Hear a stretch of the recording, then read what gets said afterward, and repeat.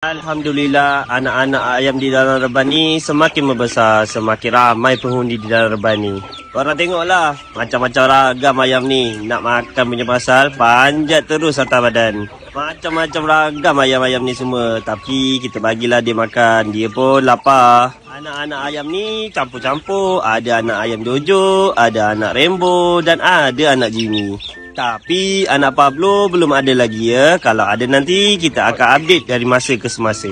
Bila dah settle anak-anak ayam ni makan, kita bagi pula yang ada di dalam perkub. Macam ni lah rutin harian di dalam reban. Hari-hari bagi ayam makan. Kita terpaksa cepatkan video ni supaya video ni tak akan lebih panjang lagi.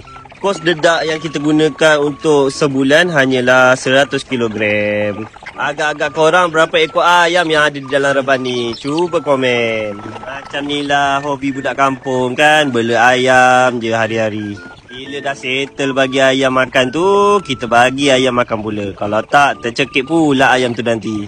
Kalau makan dan minum cukup, ayam mestilah berbesar dengan cepat kan. Bila dah selesai bagi makan dan minum kepada ayam, selesailah kerja kita untuk hari ni kan. Nampaknya video kita pun setakat di sini saja. Korang jangan lupa like, follow dan komen. Assalamualaikum dan bye.